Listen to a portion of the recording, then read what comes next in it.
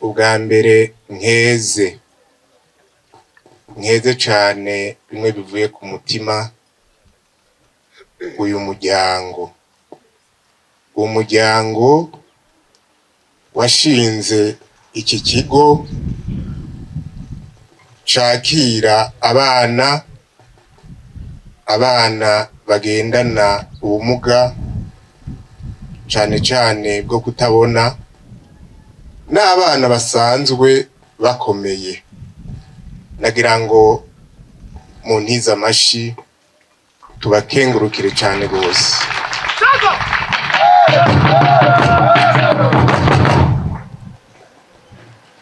No kubakengurukira na cane cane twibuka ko twese ngaha kuri iyi si nk'uko Imana yaturemye idukunda ikaturema itunganya, twari dukwiye kugira umutima nk'uwo. Kubona uwo muryango wariyumviriye iki ciyumviro, Imana ikabashoboza kugishira mu ngiro, n'ivy'igiciro kuko si ivy'abantu benshi. Mu gihugu cacu c'Uburundi jewe ndazi abantu batari bake bafise amafaranga, ariko kugira ngo umuntu afate amafaranga yiwe, afate umwanya wiwe awutange, atange ivyiwe kugira ngo afashe ba bantu muri sosiyete iwacu baba bihebuye, baba bacitse intege, n'igikorwa gikomeye cane kandi bashobojwe n'Imana, kuko Imana yaba batari kumwe ntivyari gushoboka. Iyo Mana yabagiriye neza, ikabagendera, ikadodora mu mutima wabo, bakayumvira. Mumfashe tuyikomera amashi cane.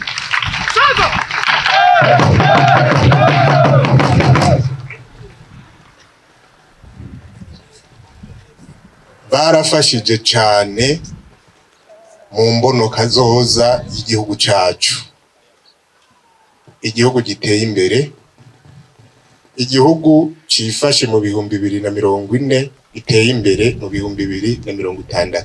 Muti gute?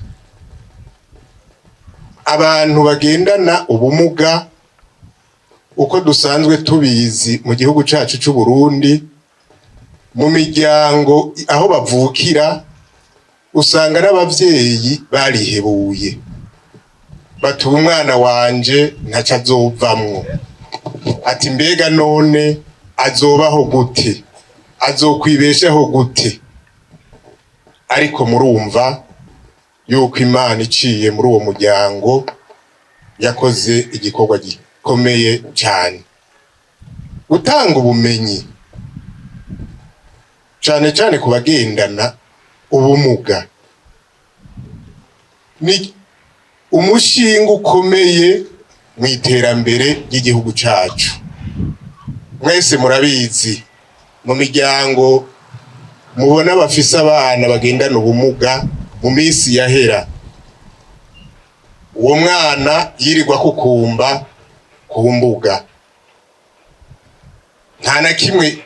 Hariho mbere na benshi ngaha mu bisagara babakoresha kugira ngo baje gusegerereza, bavuga bati aho umwana nta kundi yobaho ntagiye gusegerereza gusaba kwibarabara. Ariko murumva yuko iki gikorwa cakoretse ngaha muri iki kigo ari gikorwa gitera iteka igihugu cacu, gitera iteka imiryango, na cane cane bafise abana bagendana ubumuga. Nagira ngo rero ndabatera intege, numvise ko mufise n'indi migambi, ntimudebukirwe. Bizobasaba amafaranga menshi, bizobasaba inguvu nyinshi, bizobasaba umwanya mwinshi, ariko nobabwira nti ntimurekure ico mwafashe, ntimurekure ico mwafashe, na cane cane kiza gisahiriza muri rya terambere ry'igihugu cacu. Mwafashe iya mbere. Nagira ngo mfatireho n'akanya ko guhamagarira abantu bose b'umutima w'impuhwe nk'uwo w'iwanyu, yuko bokwitaho abantu bagendana ubumuga. Muri Bibiliya niho handitse abantu bariko barabaza Yesu, bamubaza ati mbega aba bagendana ubumuga, uwavutse agendana ubumuga hari ico yakoze, hari ico yacumuye? Yesu yabishuye ati nta na kimwe yakoze, kandi n'abavyeyi biwe nta na kimwe bakoze, no kugira gusa izina ry'Imana rihabwa icubahiro. None ngaha dukoraniye ngaha twigina iyi mikangara ihava mu kanya ironka impamyabushobozi, n'iteka ku Mana yacu iri mw'ijuru. Imana ntiyabahevye, Imana irabakunda, Imana n'ubu muri kumwe.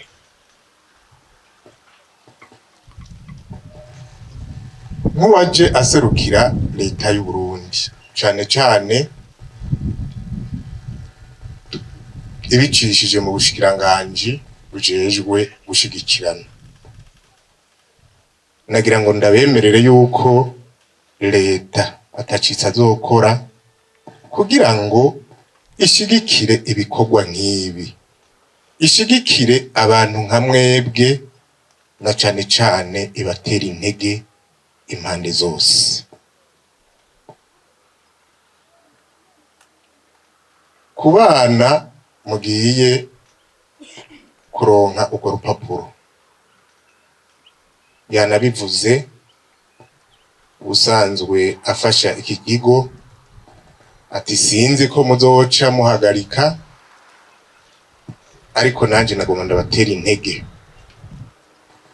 Aho guhagarika nyabuna iba ari intango, mugende mubandanye amashure, mubandanye ivyigwa, nihagera ubuzi, haba mu bikorera ivyabo, haba muri leta, muba ba mbere kugira ngo namwe muronswe akazi, mukore nk'abandi.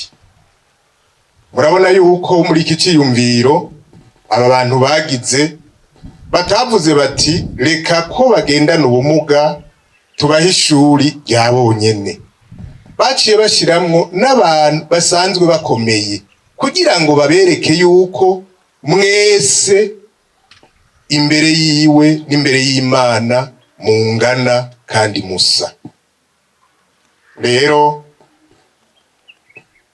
nkuko nzi yuko mukunda Imana, mubandanye ivyo vyigwa, mwiteho ibikorwa, ejo canke hirya y'ejo mukazoronka akazi, mwerekane ko ahubwo hari ico musumbije abandi mu kurangura neza imirimo bazoba babajejwe.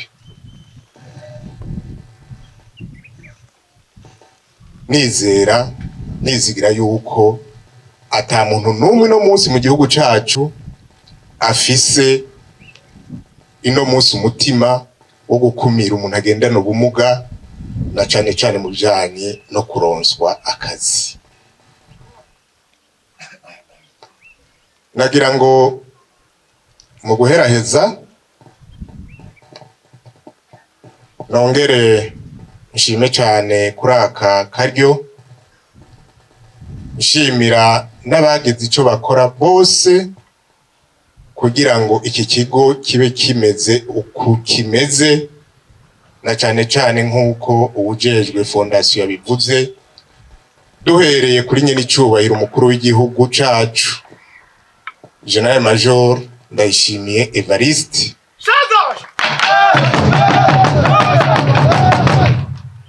ariwe yavyumvise ubwa mbere akaza kugurura iki kigo, akabatera intege, akacira inzira abantu bose turi nyuma yiwe kugira ngo natwe tuzokwame tubashigikira.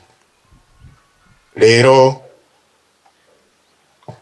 nta bindi novuga, nuko nobipfuriza ikiganza ciza, nobipfuriza kuroranirwa muri uwo mugambi wo kwagura iki kigo, na cane cane ndabasaba ngo uwo mutima uko muzawucagura cyose nk'uko mwamaze kubivuga, aba bantu bagendana ubumuga nk'uko mwabirongowemwo n'Imana bagumana ico kibanza ca mbere, kuko ndazi ko iki kigo mutagishizeho kugira ngo muronke amafaranga, mwagishizeho kugira ngo izina ry'Imana rihabwe icubahiro. Kandi nanje ndabasabiye umugisha, ndabasabiye umuhezagiro, ndabasabiye kuroranirwa mu byo mukora byose, Imana yo mu ijuru izobibaharureko nk'ubugororoka. Murakoze, Imana ibahezagire.